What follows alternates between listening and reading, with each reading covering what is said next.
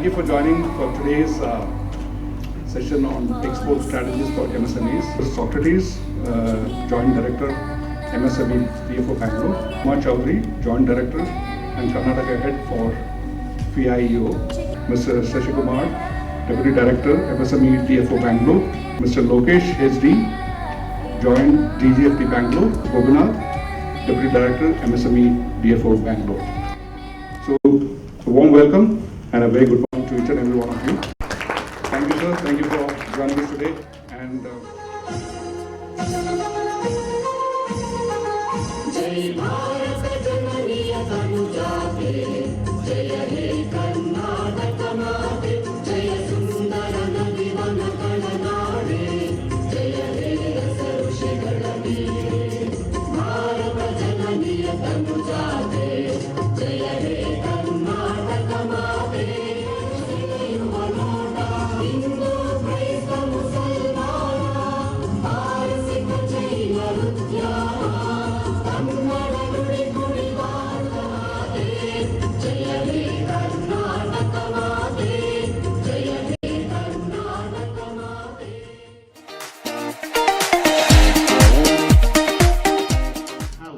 programs, and whenever we receive or whenever we want to organize, it is the head of the institute who decides what program to be conducted, where it has to be organized, who should be the target group and all that.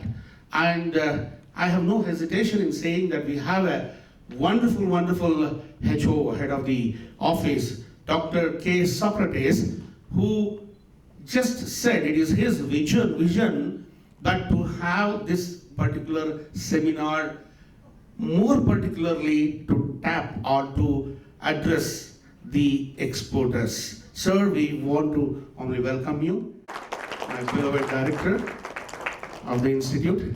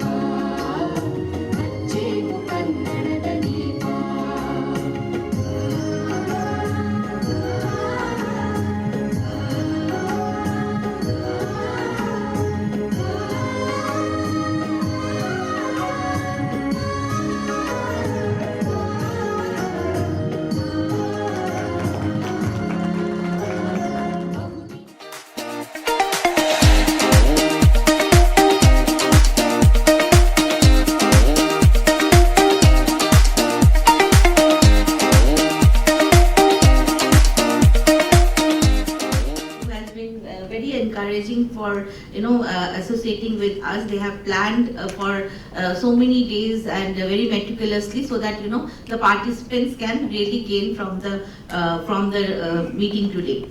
I thank our chief guest, Mr. Lokesh, for making time from his busy schedule. I know he is having a travel tomorrow, and he's making a lot of to Delhi headquarters, and he is making a lot of papers which he has to take, and he could hardly give any time, but he has kindly consented to be on the video call, and he will be coming online, and he will be sharing his knowledge. And his office is an office which is the first office for any exporter. Any exporter who wants to export has to come to this office first to get the importer-exporter code, which will allow you.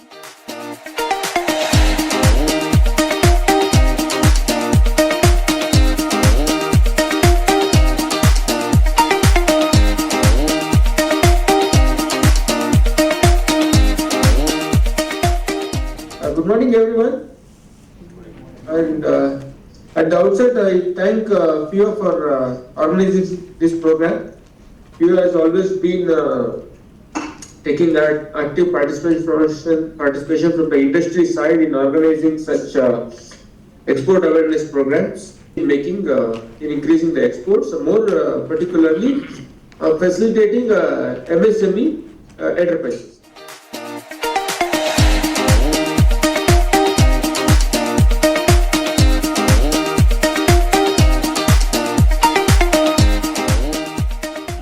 dear participants, because this one-day program, particularly for creating awareness about export strategies, is being organized by MSME Development and Facilitation Office, Bangalore. We have taken a lot of support help from FIO, Bangalore. And the idea is actually to bring together practicing exporters and as well as prospective exporters. We have got a scheme, procurement and marketing support for MSMEs. In general, in any organization, particularly in a business organization, marketing is the major activity, which is the only activity which brings revenue, whereas other activities of any business organization is only in expenses. How much you produce, how many number of employees you have, and what kind of branches you have, all those things will actually incur expenditure except sales and marketing. Unfortunately, lack of information, scarcity of resources, and unorganized way of marketing and sales by MSME enterprises leads to some problem of even retaining their existing customers. Forget about identifying or reaching out to new customers. Retaining itself is a very difficult problem, considering this today's e-commerce businesses. To meet some of the challenges, to make them ready to face some of these issues, Ministry of MSME, Office of Development Commissioner, DCMSME we call it, is actually introduced a scheme called Procurement Marketing Support Scheme. Basically, this scheme actually have a facility for organizing programs, particularly marketing. In addition to that, exploring marketing in international scenario. That is actually the theme of today's program.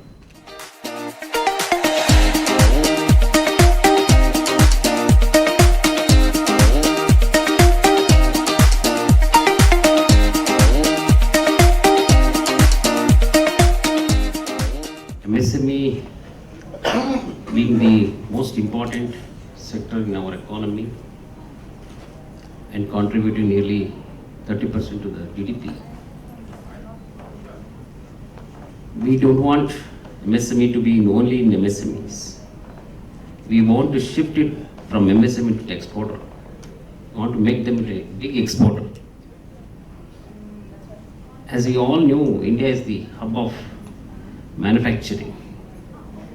Ultimately, many investors, buyers, the manufacturers, they are focusing in India as the ultimate destinations where they can set up their industries and manufacturing process.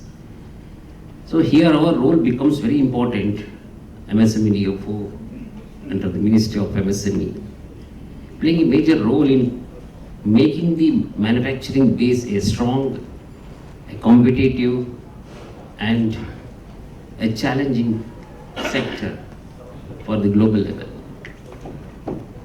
So make them to out of this, because the exporter is one important area where you bring the foreign currency to the country. From where the shifting starts, the global exposure starts, because we import a lot of items, especially in crude item, 85% we are dependent on that. So we import, we have to pay foreign currency. For that, your exporters plays very important, where you bring the money. So at the same time, MSME DFO with various government agencies, including state government, industrial bodies, we are organizing various programs related to the development of MSME sectors. You.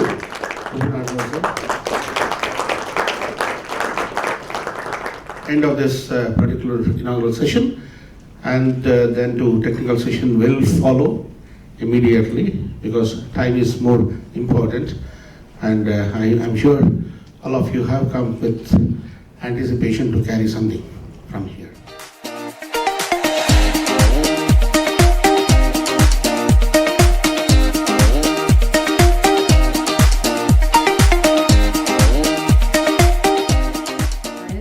officers from the MSME department, dear participants, a very, very good morning to you.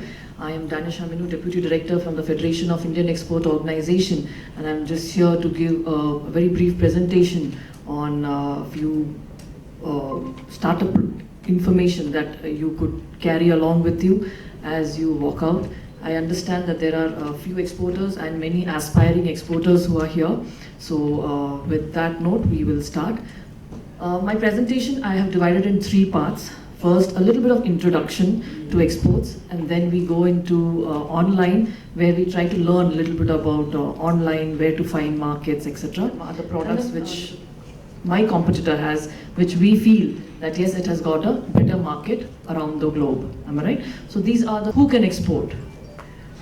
There are three types of people who can export. One are called manufacturers, one are called merchants, and others are called service providers. Who are manufacturers? Manufacturers are a person who has a activity of bringing an input, and next is what to export.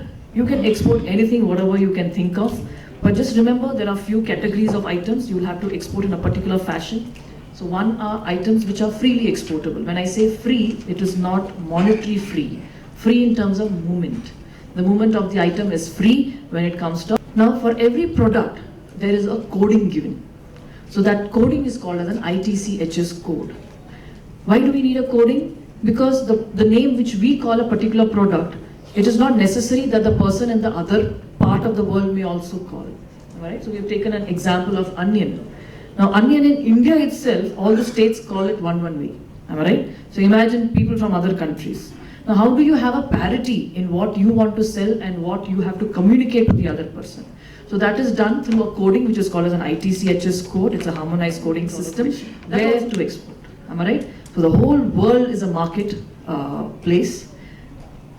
You will all agree if I say that every country doesn't have everything. Do you agree? Yes. Yes? Every country doesn't have everything. So countries among itself have made some friendly agreements with each other, which is called as free trade agreements, under which products can move from one country to the other country to the other country under some better duties. Alright? So that is one basic logic we will work on with. And where to export? There are countries where things are excess. There are some countries where there are things which are deficit. You need to identify, you have to identify that pain point, and then you can target that country for a particular product. Okay. So this is the website of the commerce.gov.in. When you go to the website, on top there is an option called as trade statistics. When you click on that, from the country India to the world, from various parts of the world into India, also we have data from each district. So we won't go so precise into the districts, but if you are interested, you can just come here, come down. There are district information also. It gives you details about export information, and the right side of the page gives you import information. In case you want to import any raw material or machinery for your particular MSME unit, that information is also available over here. So as of now, we are only interested in exports. The government is very, very interested in you doing exports. That's why we are here, because when you do a page wherein you can put the description of the product. So you put fertilizer and say submit. You get to know all the HS codes pertaining to fertilizer, whether it is bio or chemical. So whichever pertaining to your HS code, you can just click any one. So as of now, I will take maybe 3104. Okay, so that way you can identify your HS code for your particular product. When you go back to your offices, you can be more precise. As of now, we have just taken one. You take one full year, 22, 22, 23. It is automatically taking 23, 24, 22, 23. Just for our understanding, I'm taking a full calendar year. Indian Trade Portal, it is a website of the Ministry of Commerce, which is maintained and updated by the Federation of Indian Export Organization on a daily basis. Okay, so we are here. So each council is working for the promotion of exports. Now, in case you are an export from, you are into exports, you want to export, and you are an exporter of multiple product goods. Okay, you have got 4, 5, 6, 7 lines of products.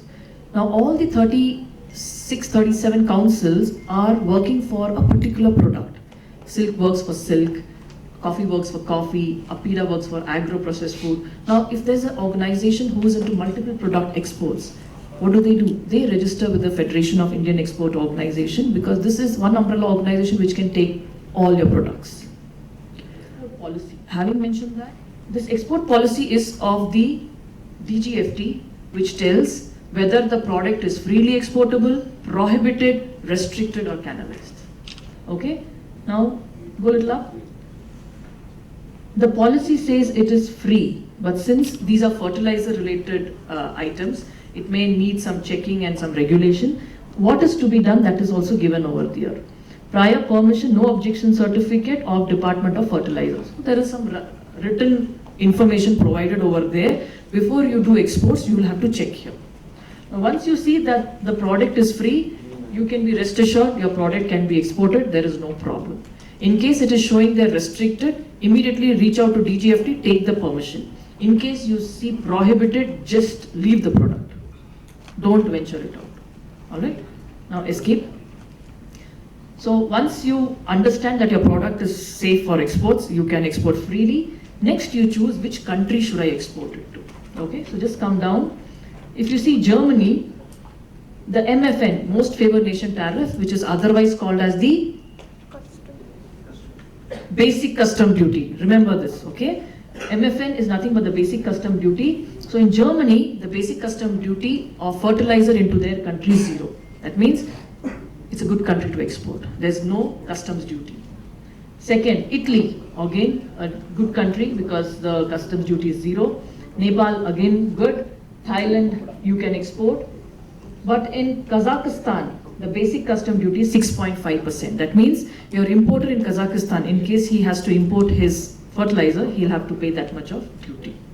So when you are approaching a particular country, approaching a particular buyer, you have this information in hand.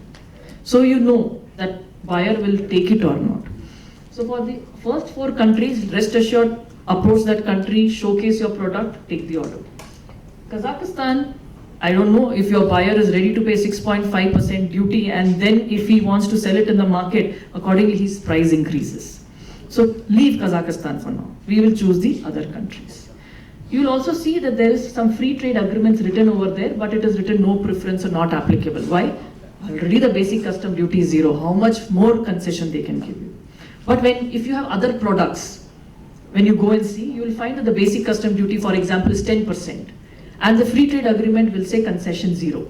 That means the basic custom duty in that country is 10%, but because there is a friendly agreement, he can import it at 0 duty. So when you go back to your offices, you can just try. You find any problem in understanding, we are there to make you understand better. So we have found out among the countries we have chosen which are the countries which we should put our hand into and which we should not. Once we have done that, go up, go little up. SPS TBT, sanitary, phytosanitary and barriers to trade. Click on that. When you click on that, this place gives you information on what all qualities, requirements your product has to fulfill to enter that particular country. So if you come there, there is a downloadable link. You can click on that and you can see details. If you come down, it will also give you the labeling, packaging, various other regulatory standards.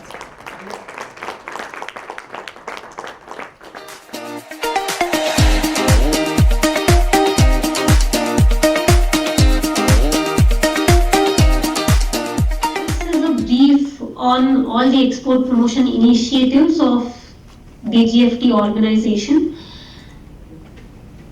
Basically, to give you an overview of what we do, Directorate General of Foreign Trade is a sub-organization in Ministry of Commerce, and this organization that is based out of headquartered in Delhi or based out of in Delhi is primarily responsible for making the foreign trade policy of India. So up until now, we used to have what is called the 5-year foreign trade policy. But 2023 onwards, we have one foreign trade policy without a sunset clause, and this will be amended from time to time to consider the changes, to accommodate the changes, catering to MSMEs, exporters, and even to importers of this nation. Now, what is it that we do majorly is categorized into 3 activities. So one is trade promotion, then there is trade regulation, and then trade facilitation. So trade promotion, as the name itself says, it is a capacity building program or knowledge sharing program, and it can be any form of hand holding that we do to the exporters. So like this program that is organized by FIO is one of the promotion activities. So likewise for DGFT, we have something called as the Niryat Bandhu scheme, wherein we reach out to academia, we reach out to exporter groups, export promotion councils, we conduct these capacity building programs, awareness programs, and outreach programs. So that is one of our primary activities under trade promotion. What we also have is this district export hub initiative. So the idea is simple. Every district in a state is taken up under this. Every district, for instance, in Karnataka, all 31 districts. And we have identified 4 to 5 major products which have the export potential. And for instance, in Chikmagalur, we have Chikmagalur coffee, we have some spices. In Kodagu also we have the coffee. In Udupi we have the marine products like the prawns or the fish, and handicrafts in northern parts of Karnataka. From other districts like where there are GI tags, for instance in Mysore, we have a lot of GI tags in Mysore. So these are all export potential. And a district export plan is actually formed or formulated so that we meet with the stakeholders, we meet with the exporters from these districts as frequently as possible and try to remove any obstacles. So a lot of stakeholder feedback and consultations happens back and forth so that we can chalk out a plan to ensure that there is more exports of these products.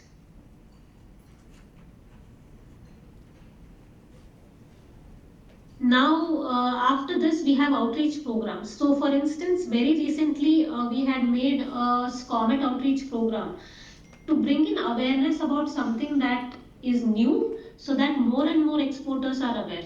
For instance, we had also done an outreach program with the Services Export Promotion Council when the foreign free trade agreement was formulated and finalized between India and Australia, and also India and UAE. So such outreach programs have been conducted by DGFT traditionally, and we continue to do that.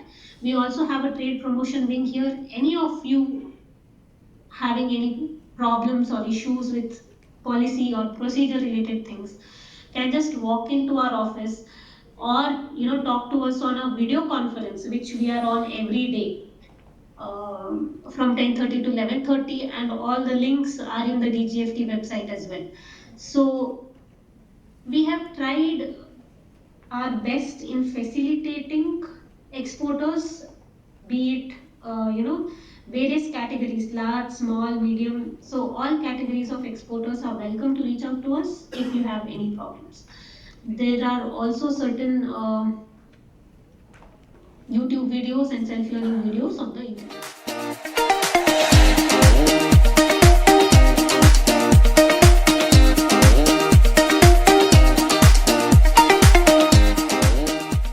Inviting me here to highlight the importance that customs as an agency plays in trade facilitation, especially for MSMEs. So I believe the previous speakers, especially Kriti, has made my job easier by introducing the foreign trade policy to all of you, because we closely work with DGFT in facilitating trade. Now, we all know the role played by MSMEs in the country's economy. It is 29% of GDP, export is 50%, and I believe manufacturing output is 1/3 of the country. And to highlight, you also provide employment to unskilled and rural areas of the country. So it's a very important role that all of you play in nation building.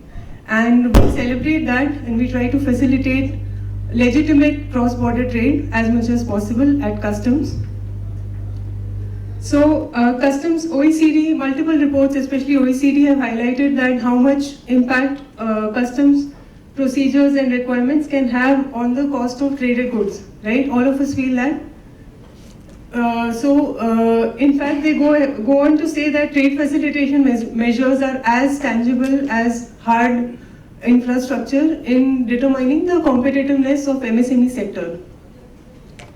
So these not only affect trade volumes, but I think for MSMEs which operate on lower cost margins, it even determines whether they'll even enter into that business or not. And MSMEs, but I've tried to compile at least the important issues which you all face on a day-to-day basis. And I'm happy to take questions if any. For calculating your 2 years, your company who has that MSME certificate, irrespective of the constitution, of the proprietorship, of the board, anything, your company should have that parameters for the past 2 years. The B2C now, and I move into a B2B. So I do not have, when it is a B2C, we don't get into customs and clearance because it's a personal purchase. So even this would be considered when I apply for it? But B2C within the country? No, outside India. I send textiles, I send saris to my clients. Why? Yeah, it was very much eligible.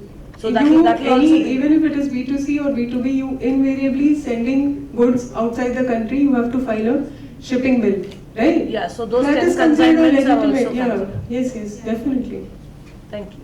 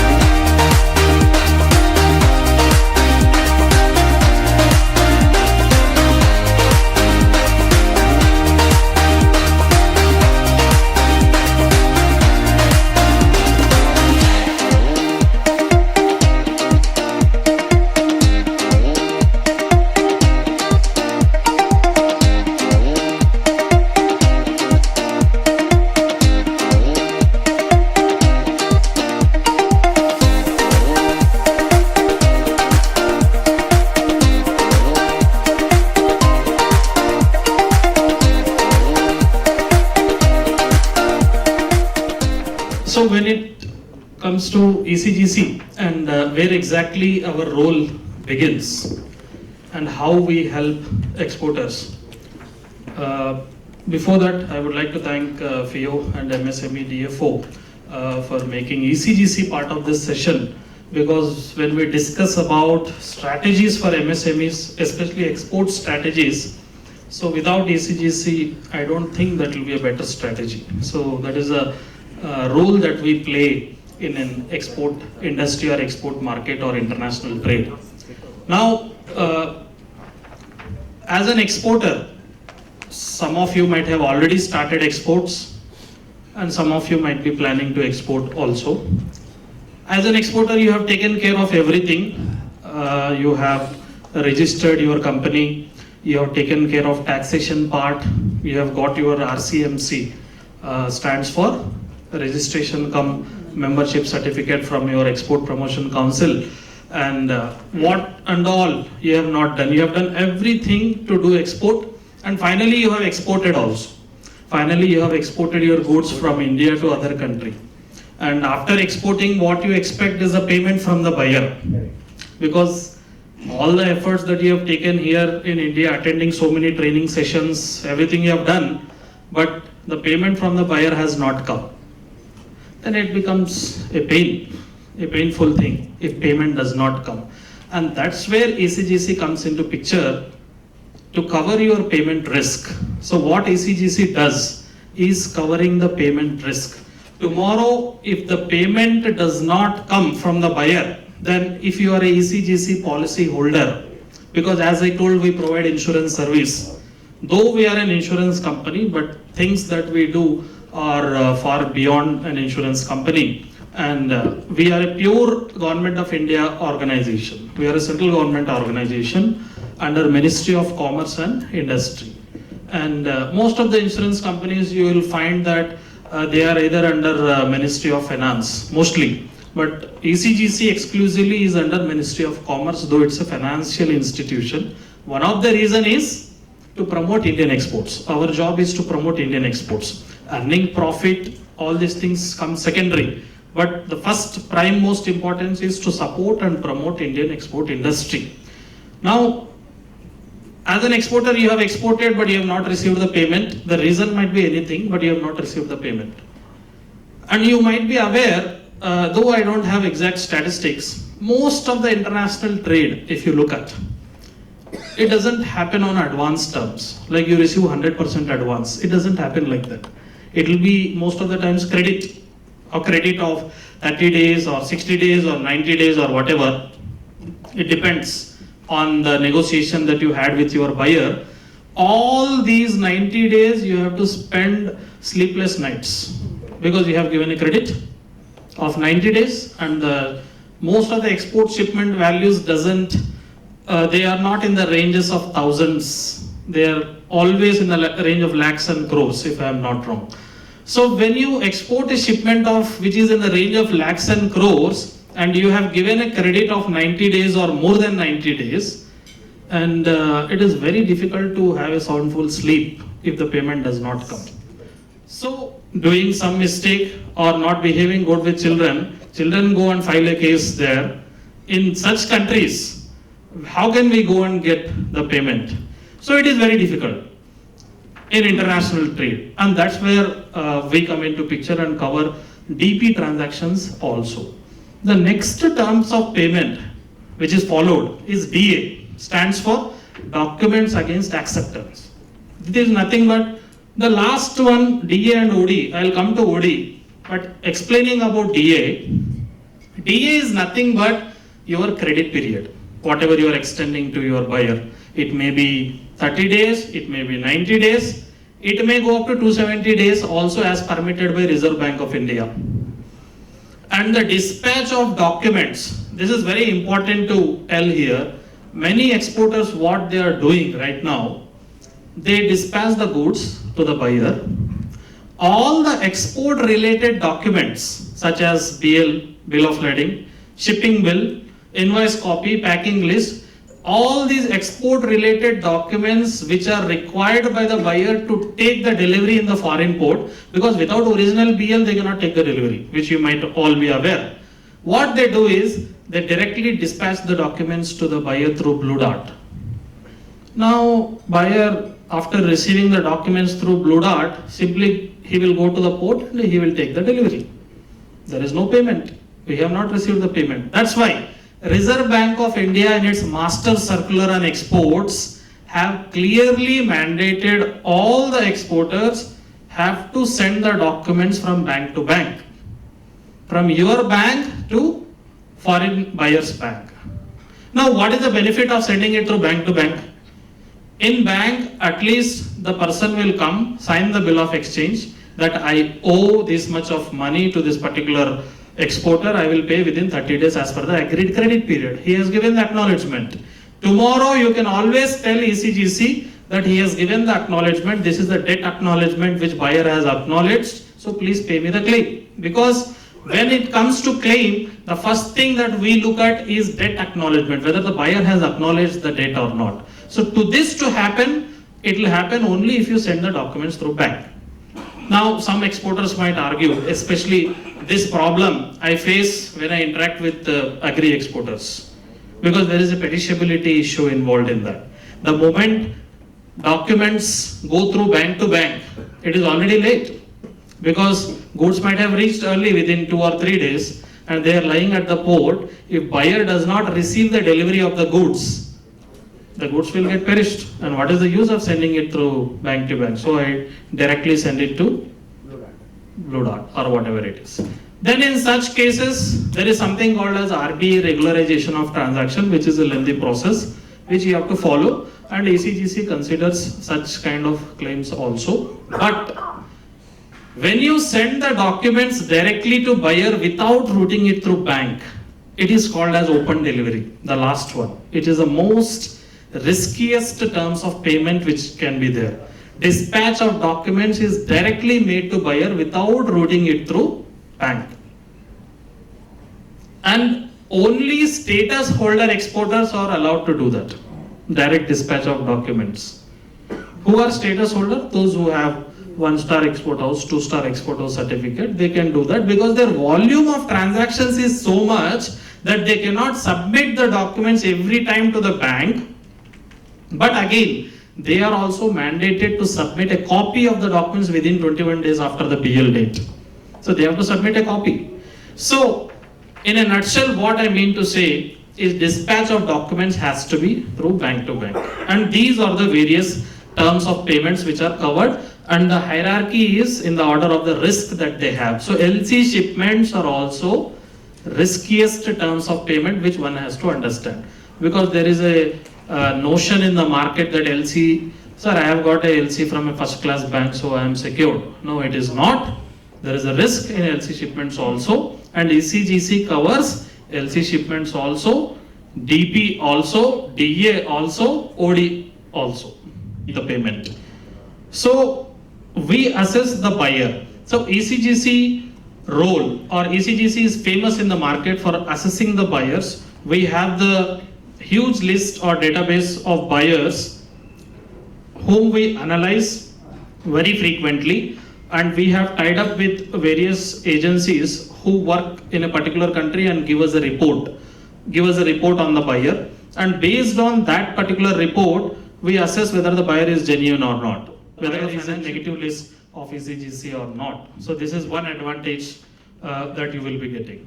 And it takes usually 10 to 15 working days when it comes to the turnaround time. This is the reason we request exporters to approach ECGC well in advance during the negotiation stage itself, because definitely when you start negotiation you will be knowing the buyer name and address.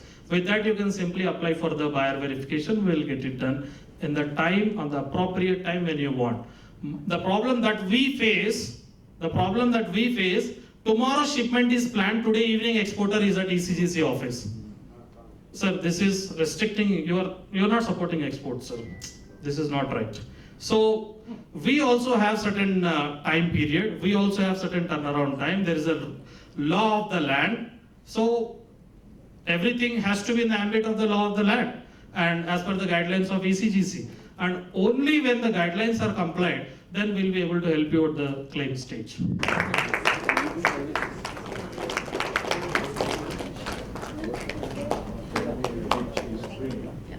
APIDA is a central government organization which comes under Ministry of Commerce and Industries by the Act of Parliament 1986. APIDA's head office is in New Delhi, and APIDA has several regional offices, around 15 regional offices. We have in all the important states of India, and in Karnataka we have in Bangalore. Next slide. These are the mandates of APIDA. See, anybody who wants to take APIDA's financial assistance scheme, it is mandatory that exporters should get registered with APIDA.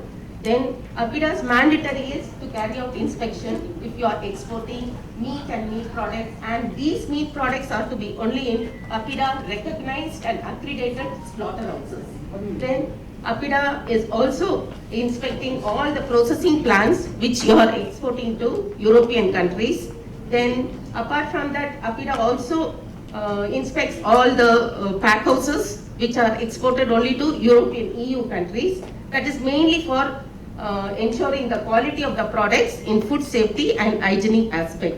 Then creation of development of infrastructure, that is through government agencies. That is example, very recently at Kalburgi, we have APIDA has given around 4 crores for a primary processing unit for the export of this tur dal for Bima pulses. that is at Kalburgi. That is APIDA is giving development under infrastructure. Then financial assistance to the registered exporters. Any exporters who are registered with APIDA, and if they are a manufacturer exporter, they are getting financial assistance. That is 40% of the this one cost to a ceiling up to 2 crores. APIDA gives financial assistance, and these financial assistance is given under 3 categories. That is under development of export infrastructure, under development of quality, and for market development. Under 3 categories, under 3 components, APIDA gives financial assistance to the registered exporters. Apart from that, capacity building training program, RD, and research and development, APIDA gives to the stakeholders, and for the training of the exporters and to the farmers, APIDA does all this. The next slide. And these are the APIDA products that comes under our purview. That is fresh fruits and vegetables. Whoever wants to export any of these 17 products, they have to, it is mandatory that they have to get registered with APIDA.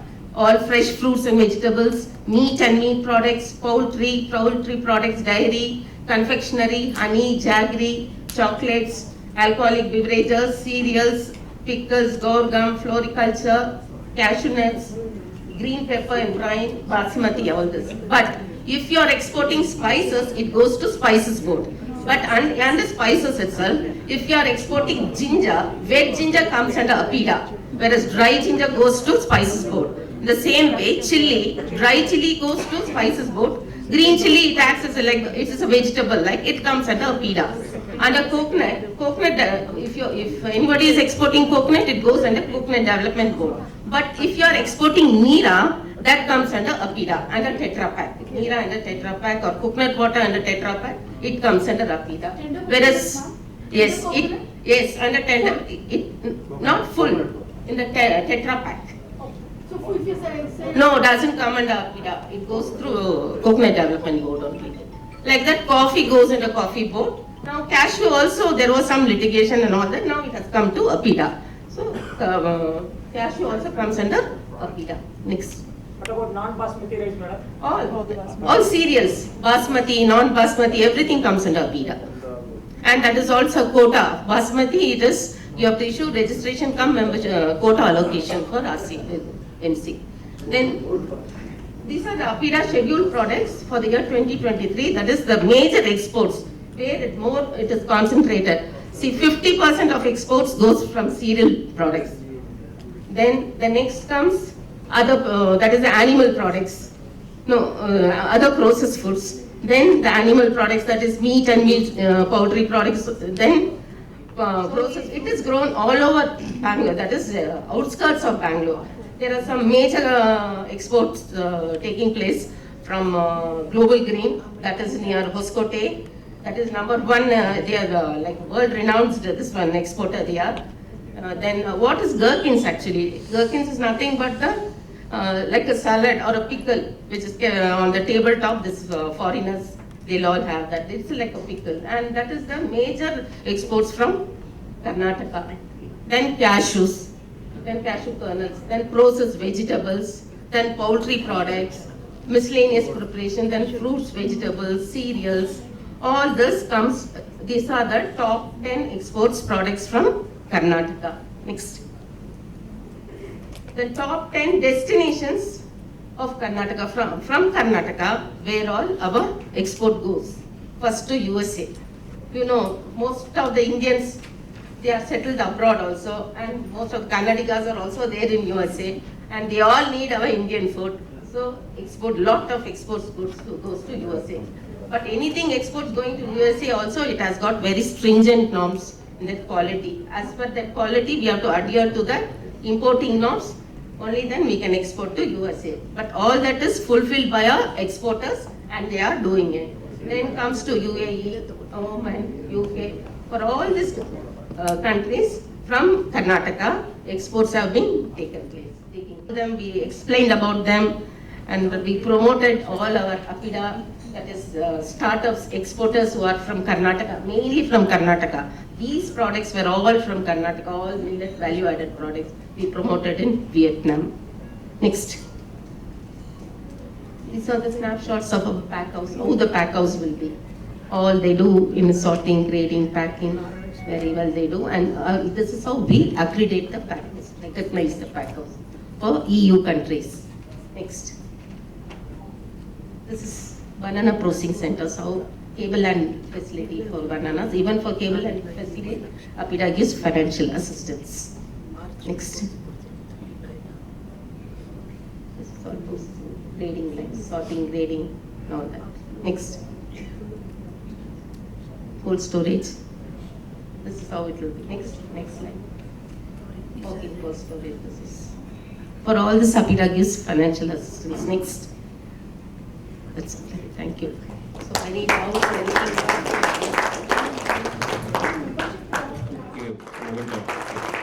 Thank you, madam. Thank you. It's such a huge platform, and I'm really thankful for you for giving me an opportunity to address such a big gathering and giving them information about banking. And since morning, I think you people might have already known most of your how to start your export transactions or how you have to start your export. In general, we will have a discussion on how export finance works, how export works, what is the banking requirement, and how exporters can benefit from the banking. So let me start with, do I have any exporters presently here? Okay, so couple of exporters are there, very good. So we will start with first banking, of course, now because it is basically for MSME people, and since the government has given lot of opportunities and doors are wide open for giving MSMEs the biggest boost, because as an exporter you are definitely getting into the eyes of the Indian economy, but as an MSME you are giving opportunity for the local people, you are giving an opportunity for employment, and moreover you are getting an Indian economy. That is the second part. But employment, which is the biggest concern in our India, you people are taking care of that. So a very big applause for that MSME, all of you. So let me start with pre-shipment and post-shipment. Finance can be given in two ways. One is pre-shipment and one is post-shipment. Now you must be wondering what is, how do we start with this export finance? So initially when you have started an export business, you will definitely have an order with you. An export order will be there with you. And after getting the export order, you will start your processing, procuring or manufacturing the commodity will be started. Now if you are cash rich person, definitely you will try to use your money and then do the business. But at the same time, the opportunity what the banking industry has given to the exporters is the rate of interest, which can be given very less in the sense, even you won't get FD interest also. I think you are getting export credit, to that less you will be getting. And moreover, not only banks credit, you are getting, Government of India is giving interest subvention for a set of commodities as well. So it will depend upon 2% or 3%. And right now it is valid, it is there up to 31st March 2024, it is available. For Q commodity this is given as 3% and a few of the commodity this is given as 2%. And I think for MSME sector, based upon the commodity, it will be usually 2%. So the present rate, if I take base rate, it will be somewhere around 9.15 for 1 year. So you will be getting an export finance at 7.15, that is 9.15 minus 2%, that is the subvention given by the government. You will be getting a interest at 7.15. This is in general I am saying. It depends upon the commodity you are doing and the credit based and the facility that you are going to avail. That is the next level. This is, I am just telling you the general at present which is prevailing in the market. Okay. Now after receiving an export order, now when you receive an export order, first of all you will have some pre-terms and conditions. Pre-terms and conditions in the sense, what is the commodity, what is the quantity, quality, and how you have to deliver it. Now there is one important aspect in an export that is called Incoterms. I don't know, because see, when you do an Indian trade, when you do a trade in India, what will happen is you will have a buyer and seller, you will talk to each other and get the things done at your own terms. But here in export, what happens, two different countries are involved, two different foreign currencies are involved, and the goods of one country going to other country, and then you have to receive the incentive, that is the cash. The hard work that you have put to procure the commodity should be received at in your account. That is most important. And for that reason, there are many, many steps have been given. Like for example, let me start with Incoterms. Before I go to export credit, let me explain a small gist about Incoterms. Incoterms are very important terms in an export. This dedicates the time when your risk is, till what place your risk is covered and till what place the buyer risk is covered. So that is the term that is given by Incoterm. Please don't get it confused by payment terms. Payment terms can be cash or usance. Incoterms is something, how do I say, like, if I can have two participants, I think I can show it better. Any two people, please, so that you can understand what I mean to say by Incoterm. Sir, can you just Incoterms is delivery terms. Bottles in your hand, please. Two bottles, yeah. One person. You are the supplier exporter. Sir, you please be on here. So we are having two participants here. Sir is having his commodity in his hand. He is an exporter. And the other sir who is a buyer in the other country. Now this commodity has to be delivered to the buyer. Now how it goes? Because now he has procured it, he has manufactured and it is in his hands. Now it has to be delivered to the buyer. Now the major concern starts because the reaching of the commodity from one place to other has its own difficulties. It is not very easy like how it happens in India. There are many things are involved. Now in this case, there are first I will go with ex-works. Ex-works is a term where the buyer will come to the seller and take the commodity. So who is having the risk here? Buyer's risk, exactly. So this is a simple Incoterm. Ex-works usually happens within India. Most of the time it happens when it is a domestic trade. And now second term is FCA. That is called free carrier as alongside. That is now since you are all exporters, you are definitely not going to do the trade in truck or anything. You will be doing the trade in ship or air. Now FCA means free carrier alongside. It is basically used for shipments through sea. Sir is having the product. He will deliver it to he will deliver near the ship.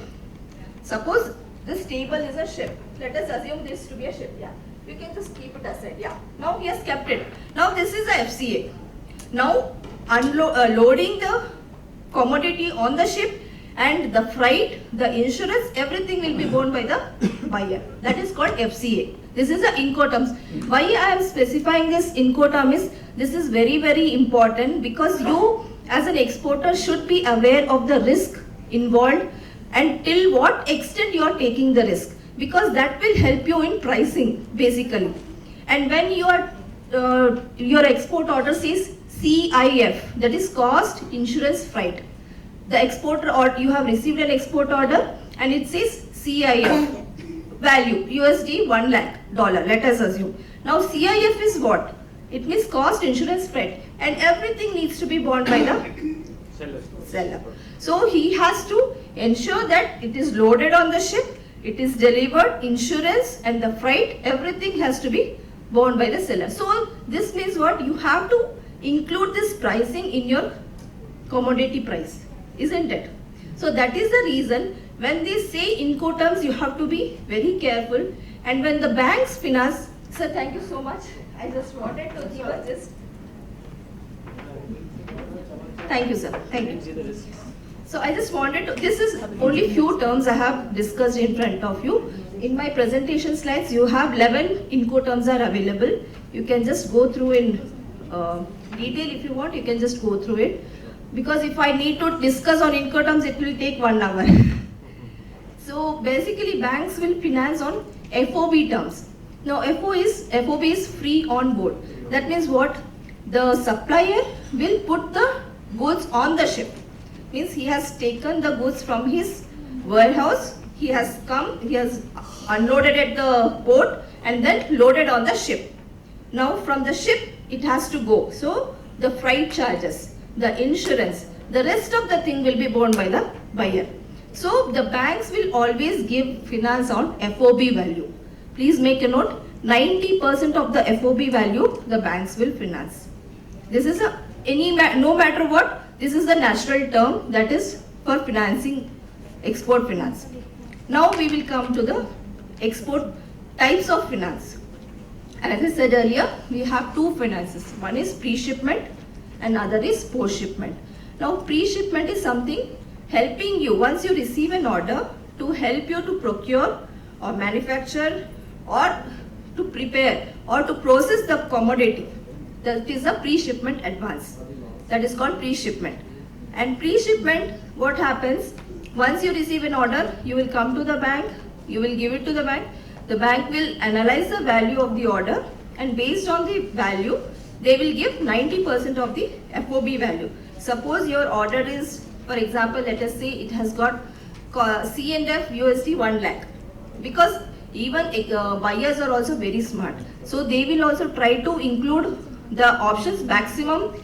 They don't want to take risk. Now when you say FOB, they have to bear the freight. So they will not try to make charges and all, because again they have to come back and make the payment. So they will ensure that if you are not aware of the Incoterms, they will take advantage of it. So you should be intelligent enough to be aware of these small things, because that will help you in making the better profit in your transaction. So once the order is received by the bank, 90% of the value you will get, 10% you have to put from your this one. Then you will manufacture the goods are done, everything is done. Then after finishing the commodity, the goods are ready for shipment.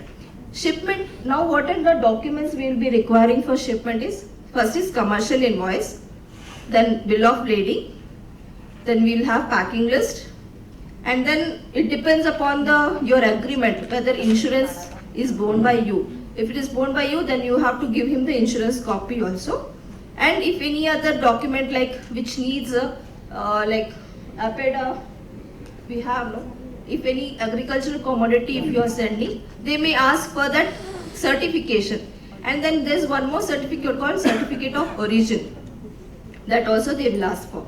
Means just to ensure that the goods that buyer is procuring is from India.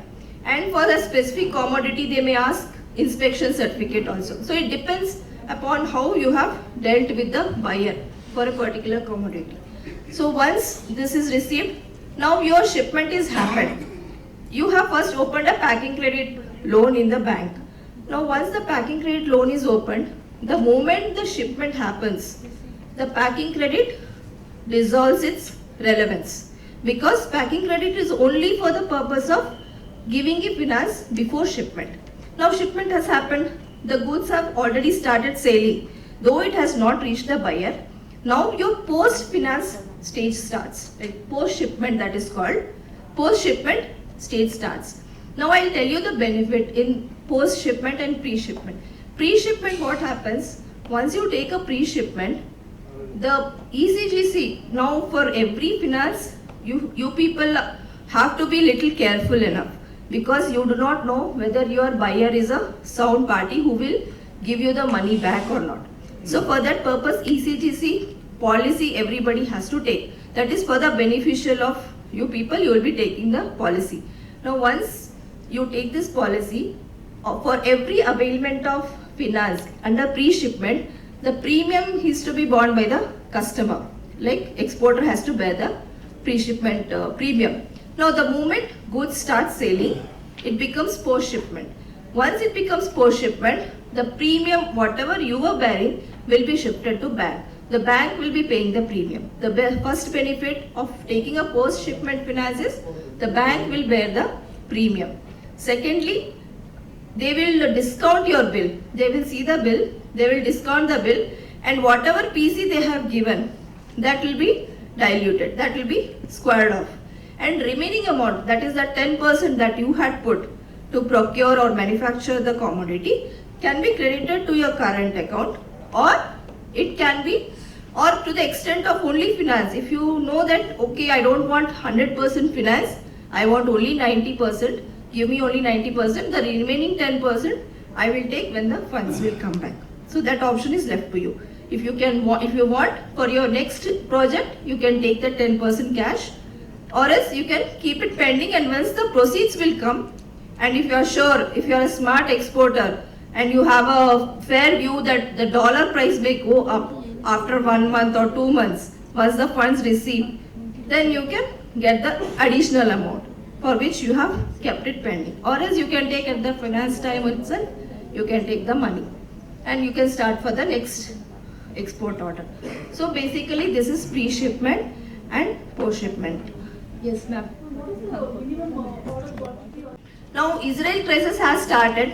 Israel being a very strong, dominant country, nobody would have expected. Now all of a sudden this started. Now banks, what will they will do? Immediately they will issue guidelines. Any exposure on Israel, you have to take prior permission. So these kind of guidelines will come into picture. So when you set upon a particular buyer, set upon a particular commodity, it is not that you see only the buyer. You have to see the financial status of the particular country as well. Thank you, madam.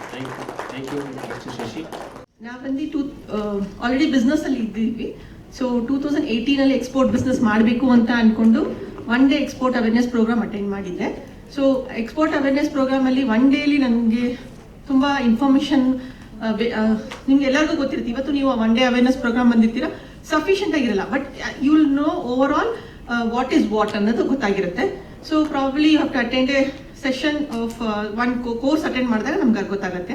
So ನಾವೊಂದು 2018 ಅಲ್ಲಿ 1 day awareness programme attend ಮಾಡಿದೆ. ಅದಾದ ನಂತರ basic ground work ಎಲ್ಲ ಮಾಡ್ಕೊಂಡೆ. ನಿಮ್ಗೆಲ್ಲರಿಗೂ ಗೊತ್ತಿರೋ ಥರ IEC is main thing.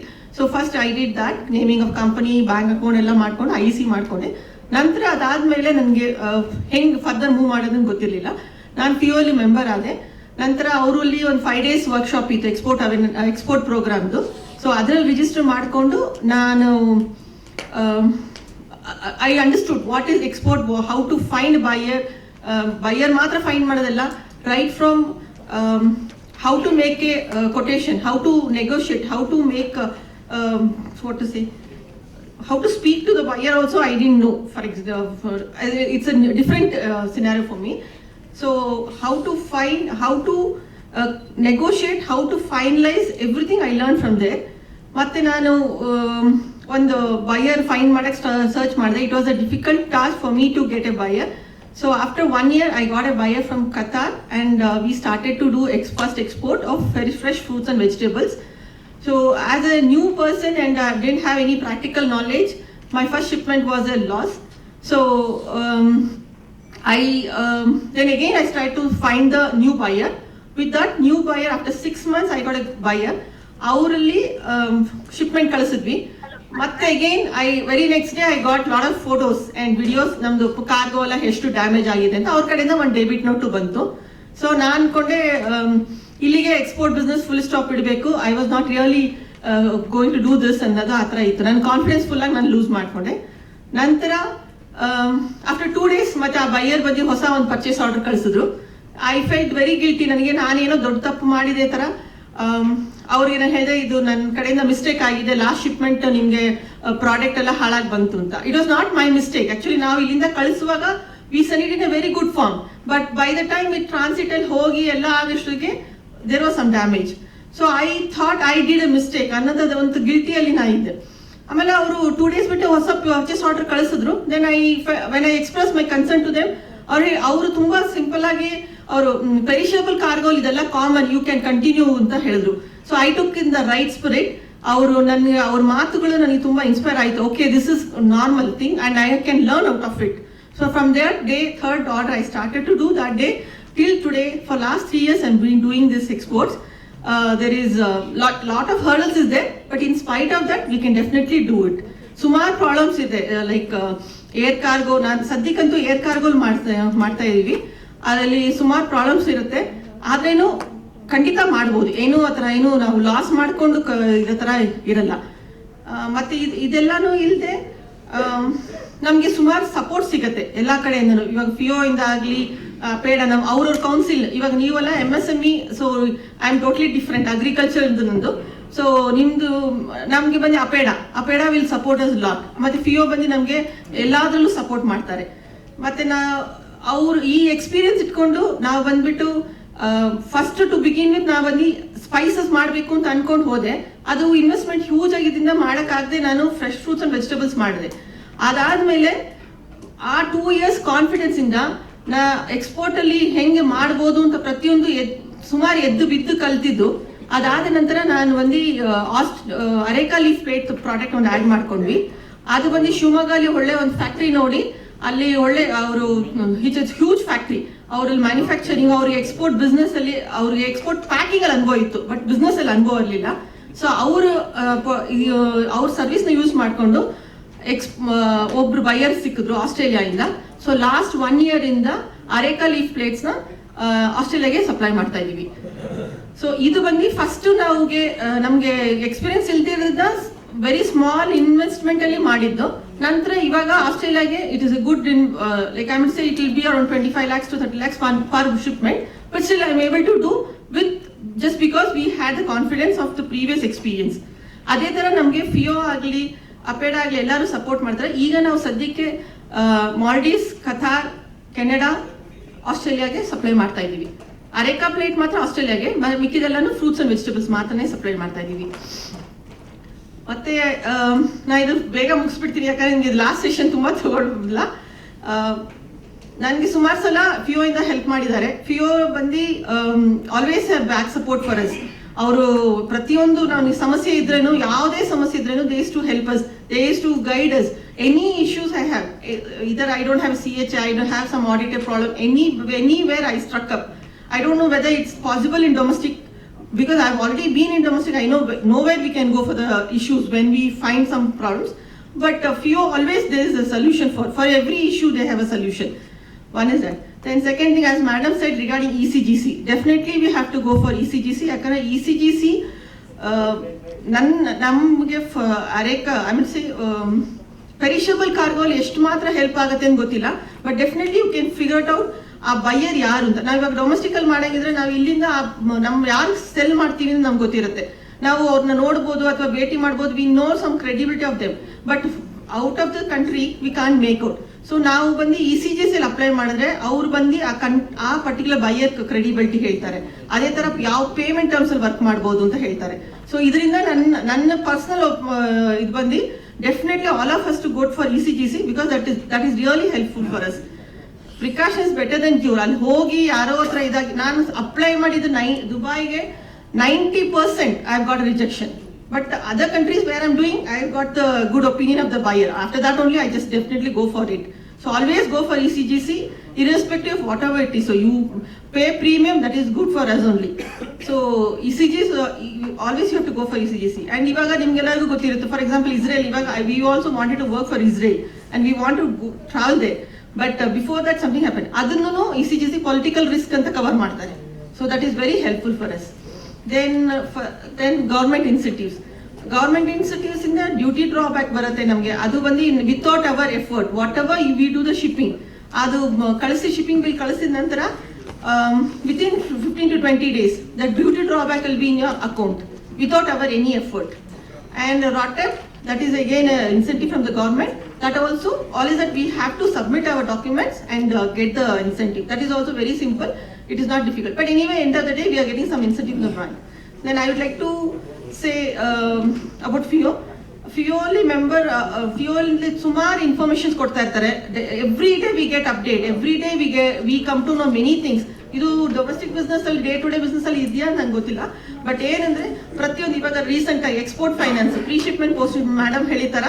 So ಅದ್ರ ಬಗ್ಗೆನೂ ಒಂದು ವೆಬಿನಾರ್ ಇಟ್ಟಿದ್ದಾರೆ ಆನ್ ನವೆಂಬರ್. ಸೊ ಈ ತರ ಡ್ಯೂಟಿ ಡ್ರಾಬ್ಯಾಕ್ ಚೇಂಜಸ್ ಇದೆಲ್ಲ ನಮ್ಗೆ ಹೆಂಗ್ ಗೊತ್ತಾಗುತ್ತೆ? ನಾವು ಒಂದು ಆಫೀಸಲ್ಲಿ ಕೂತ್ಕೊಂಡಿರ್ತೀವಿ, ಕೆಲಸ ವರ್ಕ್ ಮಾಡ್ತಾ ಇರ್ತೀವಿ, how we come to know other things. So ಎಲ್ಲಾನು ನಮಗೆ FIO ಬಂದು ಕಂಪ್ಲೀಟ್ ಬ್ಯಾಕ್ ಬೋನ್ ತರ ನಿಂತು ನಮ್ಗೆ ಹೆಲ್ಪ್ ಮಾಡ್ತಾರೆ. ಅದೇ ಥರ ಬಿಸ್ನೆಸ್ ಡೆಲಿಗೇಷನ್ ಟ್ರಿಪ್ಸ್ ಅಂತ ಕರ್ಕೊಂಡು ಹೋಗ್ತಾರೆ. That is also really worth. It is there in FIO, it is there in APEDA, it is there in VTPC, everywhere it is. It is up to us how to utilize which country we want to go and where is our potential buyers. So last time we had been to Saudi. There, one is that support is that first time when we started our business, we went to Qatar as an exporter. Yashasvi Exports anta one name board alli hogittu. But when we go through our Indian embassy or whatever it is with FIO or VTPC or APEDA, we have some back support. Somebody is behind us. Our government is there, and we go to their government. So ಅಲ್ಲಿ ಹೋದಾಗ ಅಲ್ಲಿ embassy ಅವ್ರ ಕಡೆಯಿಂದ ಅಲ್ಲಿ ಅವರು importers ನ invite ಮಾಡ್ತಾರೆ. ನಾವು ಹೋಗೋದೇ ಅದಕ್ಕೆ ಇಂಪೋರ್ಟರ್ಸ್ ಮೀಟ್ ಮಾಡೋಕ್ಕೆ. ಆಲ್ಮೋಸ್ಟ್ 95%, 99% ಆ G9 importers we get. So ಇಲ್ಲಿಂದ ನಮಗೆ ಸಪೋರ್ಟ್ ಇರುತ್ತೆ. ಅಲ್ಲಿ ಹೋದಾಗೂ ನಮಗೆ ಒಳ್ಳೆ ಇಂಪೋರ್ಟರ್ಸ್ ಸಿಗ್ತಾರೆ. ಅದೇ ತರ ಅಲ್ಲಿ ಹೋದಾಗ they asked us to display our products and our catalogs all. So with that, one gentleman came to our table and he inquired and he asked us to come and meet in the office next day. We thought general public, but I must say some importers. ಅಲ್ಲಿ ಅವ್ರು ಹೋದ ನಂತರ one of the ಅಲ್ಲಿ IFS officer ಬಂದು ನಮ್ಗೆ ಹೇಳ್ತಾರೆ ಅವ್ರು ಬಂದು second largest importer in Saudi it Sims. We didn't really know that. Without fail, kindly go and meet them and come. It is very useful. But we met them. It was useful for us. So I would like to, and even pandemic ಅಲ್ಲಿ ಬಂದು ನಮಗೆ ಅದು ಒಂದು blessings ಆಗಿತ್ತು. ನಿಮ್ಗೆ ಎಲ್ಲರಿಗೂ ಗೊತ್ತಿರುತ್ತೆ food is everybody needs. So agri field ಅಲ್ಲಿ ಇದ್ದಿದ್ದರಿಂದ ನಮಗೆ ಪ್ಯಾಂಡಮಿಕ್ ಅಲ್ಲೂ we never had any issue. We were exporting. So that is the advantage of food. I don't know, like many will think about food. This is a good opportunity. And I'd like to thank, let me finish this. I'd like to thank FIO and MSME giving my opportunity. And all the best to you all. And my best wishes. God bless you. Thank you. Deputy Director to give a moment of. Thank you, madam. Thank you, Mr. Shashi. Thank you, and I've been asked to propose a vote of thanks. I take immense pleasure in doing so. So I would like to first thank MSME for having FIO associated with them for organizing today's program. Thank you, Kalai Socrates sir, who is the Joint Director of the MSME department. He's not here in his absence. And Mr. Shashi Kumar and Mr. Gopinath Rao for entrusting the program to us. Thank you so much. I'd like to thank the office of DGFT, Mr. Lokesh and Madam Kruti for having come virtually from their office. They had some prior commitments, so they could not come physically. So I would like to thank their office for having come and addressing our participants. To the Office of Commissioner of Customs and Madam Namrata Singh for having come and addressing all of us and informing us about the various facilitation measures of customs. Mr. Nawaz Khan for informing us on the credit risk management. Madam Madhumati from APEDA, thank you madam for explaining the role of APEDA on agri exports. Madam Swarnalata, Chief Manager, Bank of Baroda, madam, thank you for making your subject so interesting and informing us the trade facilitation for MSMEs from the bank. And thank you Madam Shobha Prasad again for being an inspiration to all the budding exporters. Thank you so much sir, to Mr. Dojo and team from Small Enterprises. Thank you sir for taking lead in organizing today's event. Thank you so much.